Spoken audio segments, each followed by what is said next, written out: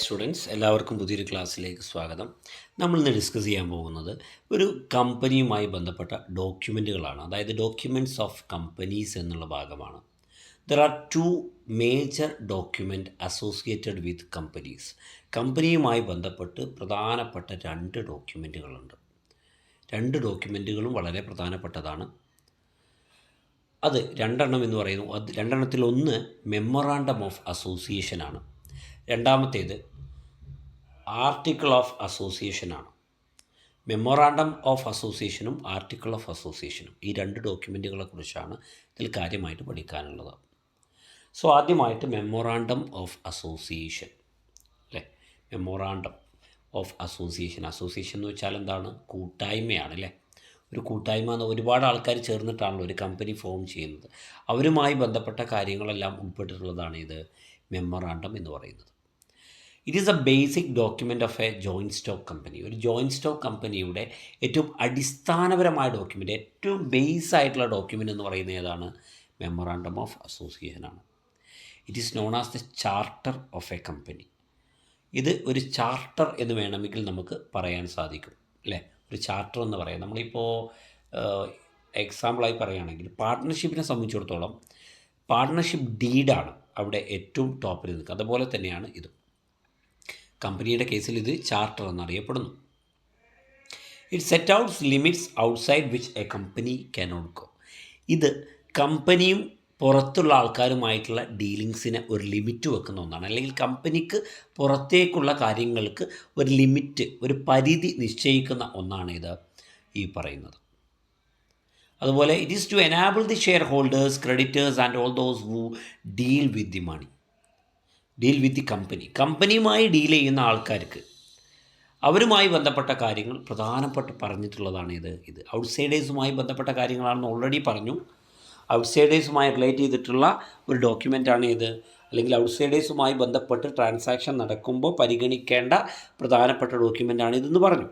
So share holders, creditors, bankers ഇങ്ങനെയുള്ള ആൾക്കാരൊക്കെ അതിൽ ഡീൽ ചെയ്യുമ്പോൾ അതിലേറ്റവും പ്രധാനപ്പെട്ട ഒരു ഡോക്യുമെൻ്റാണ് ഇത്. കമ്പനിയുടെ ഡോക്യുമെൻ്റാണ് മെമ്മോറാണ്ടം ഓഫ് അസോസിയേഷൻ എന്നുള്ളത്. ഇത്രയും മനസ്സിലാക്കുക. കമ്പനിയും ഔട്ട്സൈഡേഴ്സുമായി ബന്ധപ്പെട്ട ട്രാൻസാക്ഷനിൽ ഏറ്റവും പ്രധാനപ്പെട്ട ഡോക്യുമെൻ്റാണ് ഇത്. ബേസ് ആയിട്ടുള്ള ഡോക്യുമെൻ്റാണ്. ഇതില്ലാതെ ഒരു കമ്പനി ഫോം ചെയ്യാൻ സാധിക്കില്ല എന്നുള്ളതും മനസ്സിലാക്കുക. Then we are moving to the clauses or contents of memorandum of association. Memorandum of അസോസിയേഷനിലെ ക്ലോസുകൾ, കണ്ടൻറ്റുകൾ എന്തെല്ലാമാണ് ഒരു മെമ്മോറാണ്ടം ഓഫ് അസോസിയേഷൻ്റെ ഉള്ളടക്കം എന്ന് പറയുന്നത്? ഫസ്റ്റ് വൺ നെയിം ക്ലോസ് ആണ്. നെയിം എന്ന് പറയുമ്പോൾ നമുക്കറിയാം പേര് അല്ലേ. സോ ഇവിടെ പേരെന്ന് പറയുന്നത് എന്താണ്? ഒരു കമ്പനിയുടെ പേരാണ്. The memorandum must state the name of the company with limited or private limited. Do not use resemblance or undesirable names. മെമ്മോറാണ്ടത്തിലെ നെയിം ക്ലോസിൽ ഉൾപ്പെടേണ്ടത് ആ കമ്പനിയുടെ പേരാണ്. പബ്ലിക് കമ്പനി ആണെങ്കിൽ ലിമിറ്റഡ് എന്നും, പ്രൈവറ്റ് കമ്പനി ആണെങ്കിൽ പ്രൈവറ്റ് ലിമിറ്റഡ് എന്നും, വൺ പേഴ്സൺ കമ്പനി ആണെങ്കിൽ വൺ പേഴ്സൺ കമ്പനി ലിമിറ്റഡ് എന്നും ഏതാണോ അത് വരും. പിന്നീട് പറഞ്ഞിരിക്കുന്നു do not use resemblance or undesirable names. മറ്റു പേരിനോട് സാമ്യമുള്ളതോ അൺഡിസൈറബിൾ ആയിട്ടുള്ള പേരുകൾ ഒരിക്കലും കമ്പനിക്ക് ഇടാൻ തന്നെ പാടില്ല. ദെൻ രണ്ടാമത്തെ ക്ലോസ് അല്ലെങ്കിൽ രണ്ടാമത്തെ കണ്ടൻ്റാണ് രജിസ്റ്റേർഡ് ഓഫീസ് ക്ലോസ് എന്ന് പറയുന്നത്. The state in which the registered office of a company will be situated is mentioned in this close. ഏത് സ്ഥലത്താണ്, ഏത് ലൊക്കേഷനിലാണ് കമ്പനിയുടെ രജിസ്റ്റേർഡ് ഓഫീസുള്ളത്? ശ്രദ്ധിക്കുക, കമ്പനിക്ക് ഒരുപാട് ഓഫീസുകളുണ്ടാവും. പക്ഷേ കമ്പനിക്ക് ഒരു കോർപ്പറേറ്റ് ഓഫീസ് അല്ലെങ്കിൽ ഹെഡ് ഓഫീസ്, രജിസ്റ്റേർഡ് ഓഫീസ് എന്ന് പറയുന്ന ഒരു ഓഫീസേ ഉണ്ടാവുള്ളൂ. ആ ഓഫീസിലായിരിക്കും കമ്പനിയുടെ സ്റ്റാറ്റ്യൂട്ടറി റെക്കോർഡുകളെല്ലാം കീപ്പ് ചെയ്യപ്പെടുന്നത്. ഓക്കെ, ആ ഒഫീഷ്യൽ അഡ്രസ്സിലായിരിക്കും എന്ത് ചെയ്യുക? കമ്പനിയുടെ എല്ലാ സ്റ്റാറ്റ്യൂട്ടറി റെക്കോർഡുകളെല്ലാം കീപ്പ് ചെയ്യുന്നത്. സോ അത്തരത്തിലുള്ള ഒരു ഇതാണ് ക്ലോസാണ് രജിസ്റ്റേർഡ് ഓഫീസ് ക്ലോസ് എന്ന് പറയുന്നത്. അതായത് കമ്പനിയുടെ രജിസ്റ്റേർഡ് ഓഫീസ് എവിടെയാണ്, അതിൻ്റെ അഡ്രസ്സ് എവിടെയാണ്, ഏത് സ്ഥലത്താണെന്ന് കൃത്യമായി മെൻഷൻ ചെയ്തിരിക്കണം മെമ്മോറാണ്ടം ഓഫ് അസോസിയേഷനിലെ രജിസ്റ്റേർഡ് ഓഫീസ് ക്ലോസിൽ. Then third one object clause ആണ്. ഒബ്ജക്റ്റ് എന്ന് പറയുമ്പോൾ ശ്രദ്ധിക്കുക, കമ്പനിയുടെ ലക്ഷ്യം എന്താണ്? What is the purpose or what are the activities involve by the company? ഒരു കമ്പനി എന്തെല്ലാം പ്രവർത്തനങ്ങളിലാണ് ഇൻവോൾവ് ചെയ്തിരിക്കുന്നത്? It determines the activities of a company main objects, other objects, ancillary object. ഒരു കമ്പനിയെ സംബന്ധിച്ചിടത്തോളം ഏറ്റവും പ്രധാനപ്പെട്ട ലക്ഷ്യമുണ്ടാവും, സബ്ബായിട്ട് വരുന്ന ഒബ്ജക്റ്റുകളുണ്ടാവും, ആൻസിലിയറി അനുബന്ധമായി വരുന്ന മറ്റ് ഒബ്ജക്റ്റുകളുണ്ടാവും. ഇതെല്ലാം എന്ത് ചെയ്യണം, ഇവിടെ നമുക്ക് മെൻഷൻ ചെയ്യണം എന്നുള്ളതാണ്. Then fourth close or fourth content എന്ന് പറയുന്നത് ഏതാണ് മെമ്മോറാണ്ടത്തിലെ? അത് ലയബിലിറ്റി ക്ലോസ് ആണ്. ലയബിലിറ്റി ക്ലോസ് പറയുന്നത് എന്താണ്? The close state that the nature of liability of the members of the company. ഒരു കമ്പനിയിലെ മെമ്പേഴ്സ്, ആ കമ്പനിയിലെ മെമ്പേഴ്സിൻ്റെ ലയബിലിറ്റിയുടെ സ്വഭാവം എന്താണ്, ലയബിലിറ്റി സ്റ്റാറ്റസ് എന്താണ് എന്നാണ് ഇവിടെ മെൻഷൻ ചെയ്യുന്നത്. There are 3 types of liability to the members. First one, liability limited by shares. Second one, liability limited by guarantee. Third one, unlimited liability. ഇതിലേതാണെന്ന് കൃത്യമായി മെൻഷൻ ചെയ്തിരിക്കണം. കമ്പനി ഏത് രൂപത്തിലാണ് ഫോം ചെയ്തിട്ടുള്ളത്? കമ്പനി ലിമിറ്റഡ് ബൈ ഷെയർസ് ആണോ, അല്ലെങ്കിൽ company limited by guarantee ആണോ, അല്ലെങ്കിൽ അൺലിമിറ്റഡ് ലയബിലിറ്റി കമ്പനിയാണോ? ഏതാണെന്ന് കൃത്യമായി മെൻഷൻ ചെയ്തിരിക്കണം. അഞ്ചാമത്തേതാണ് ക്യാപിറ്റൽ ക്ലോസ് അഥവാ മൂലധനം. കമ്പനി ഫോം ചെയ്യുവാൻ ആവശ്യമായ, കമ്പനി രൂപീകരിക്കാൻ ആവശ്യമായ മൂലധനം ഏതെല്ലാം സോഴ്സുകളിൽ നിന്നാണ് വന്നിട്ടുള്ളത് അത് കൃത്യമായിട്ട് മെൻഷൻ ചെയ്തിരിക്കണം. ഏത് തരത്തിലുള്ള ഷെയർ ക്യാപിറ്റലാണോ, ഡിബഞ്ചർ ക്യാപിറ്റലാണോ, ബോറോവിങ്സ് ആണോ, ഏതാണെങ്കിൽ ഡെപ്റ്റ് ക്യാപിറ്റലാണോ, ഏതാണെന്ന് കൃത്യമായി മെൻഷൻ ചെയ്തിരിക്കണം. അതാണ് ക്യാപിറ്റൽ ക്ലോസ് എന്നറിയപ്പെടുന്നത്. പിന്നീട് വരുന്നതാണ് അസോസിയേഷൻ ക്ലോസ് എന്ന് പറയുന്നത്. Association close. In this close subscribers declare that they desire to be formed into a company and agree to take the shares stated against their names. ഈ ക്ലോസിലാണ് എന്ത് ചെയ്യുക, സബ്സ്ക്രൈബേഴ്സ്, അതായത് കമ്പനിയുടെ ഷെയർ വാങ്ങിയിട്ടുള്ള സബ്സ്ക്രൈബേഴ്സ്, അവരുടെ details, അവരെത്ര share വാങ്ങിയിട്ടുണ്ട് എന്നുള്ള കാര്യങ്ങളൊക്കെ മെൻഷൻ ചെയ്തിരിക്കുന്നത് ഈ പറയുന്ന അസോസിയേഷൻ ക്ലോസ് എന്ന് പറയുന്ന ഭാഗത്താണ്. ഓക്കെ, പിന്നീട് വരുന്നതാണ് അടുത്തൊരു ഭാഗമാണ് ആൾട്രേഷൻസ്.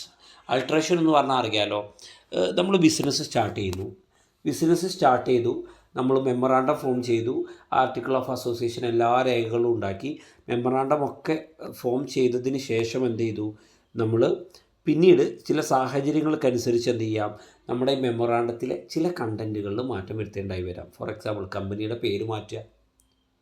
കമ്പനിയുടെ പേര് മാറ്റുന്ന ഒരുപാട് സന്ദർഭങ്ങളുണ്ട്. ഇപ്പോൾ അല്ലേ, ഈ ഹീറോയും ഹോണ്ടയുമായി പ്രവർത്തിച്ചിരുന്നപ്പോൾ ഹീറോ ഹോണ്ട ആയിരുന്നു പേര്, പിന്നെ ഹോണ്ടയുമായി ആ ജോയിൻറ്റ് വെഞ്ചർ പോയ സമയത്ത് ഹീറോ മോട്ടോകോർപ്പായി. അതാണ്. First one, alteration of the name close.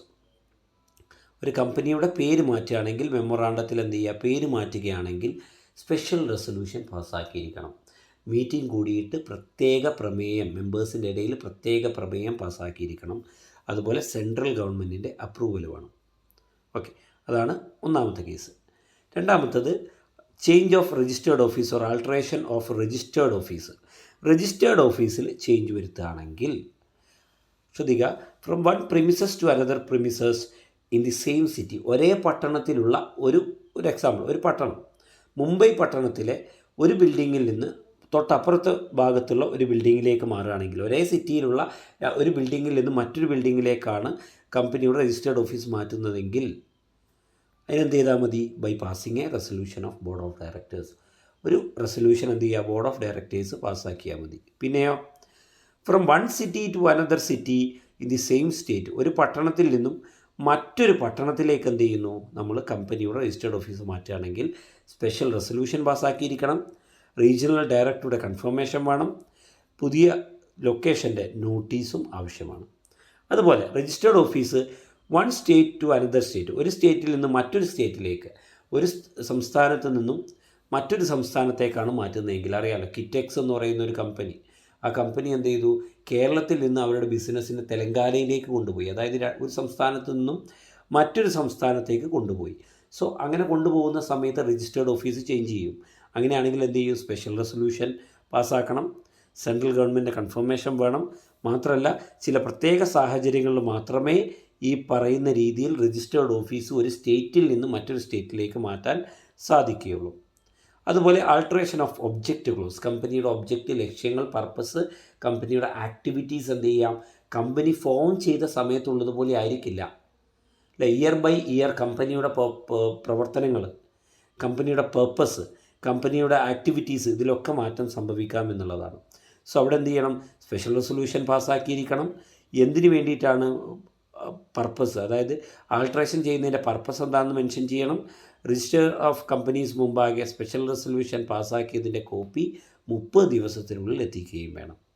അതുപോലെ ലയബിലിറ്റി ക്ലോസിൽ നമുക്ക് ചേഞ്ച് വരുത്താൻ പറ്റും. Liability of A member cannot be increased unless the member agrees in writing. ഒരു മെമ്പറുടെ, ഒരു കമ്പനിയിലെ അംഗത്തിൻ്റെ ബാധ്യത ഒരിക്കലും കമ്പനിക്ക് വർദ്ധിപ്പിക്കാൻ സാധിക്കില്ല ആ മെമ്പറുടെ അനുവാദമില്ലാതെ, ഇൻ റൈറ്റിംഗ്, അല്ലേ?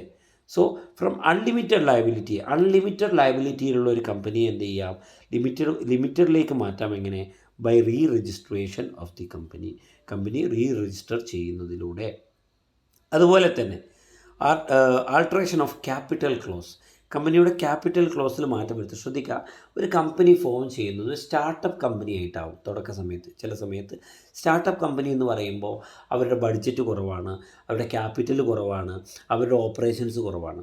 സോ അവർ ആ ബിസിനസ് ഒന്ന് ഡെവലപ്പായി കഴിഞ്ഞാൽ എന്ത് ചെയ്യും, ഡെവലപ്പ് ചെയ്യുന്നതിനനുസരിച്ച് അവർക്ക് കൂടുതൽ ഫണ്ട് ആവശ്യമായി വരും. ആ സമയത്ത് സ്വാഭാവികമായിട്ടും എന്ത് ചെയ്യേണ്ടി വരും, അവർ ഫോം ചെയ്യുന്ന സമയത്തുള്ള ക്യാപിറ്റൽ ക്ലോസിൽ മാറ്റം വരുത്തേണ്ടി വരും. അവർക്ക് കൂടുതൽ ക്യാപിറ്റൽ ഫണ്ട് എന്ത് ചെയ്യേണ്ടി വരും, മാർക്കറ്റിൽ നിന്ന് റൈസ് ചെയ്യേണ്ടതായിട്ട് വരും എന്നുള്ളതാണ്. സോ എന്ത് ചെയ്യുക, അതിന് സ്പെഷ്യൽ റെസൊല്യൂഷൻ പാസ്സാക്കണം. ആർട്ടിക്കിൾ ഓഫ് അസോസിയേഷനിൽ പറഞ്ഞിരിക്കുന്നത് പോലെ ആയിരിക്കണം എന്ത് ചെയ്യേണ്ടത്, കാര്യങ്ങൾ ചെയ്യേണ്ടത് എന്നുള്ളതാണ് പറയുന്നത്.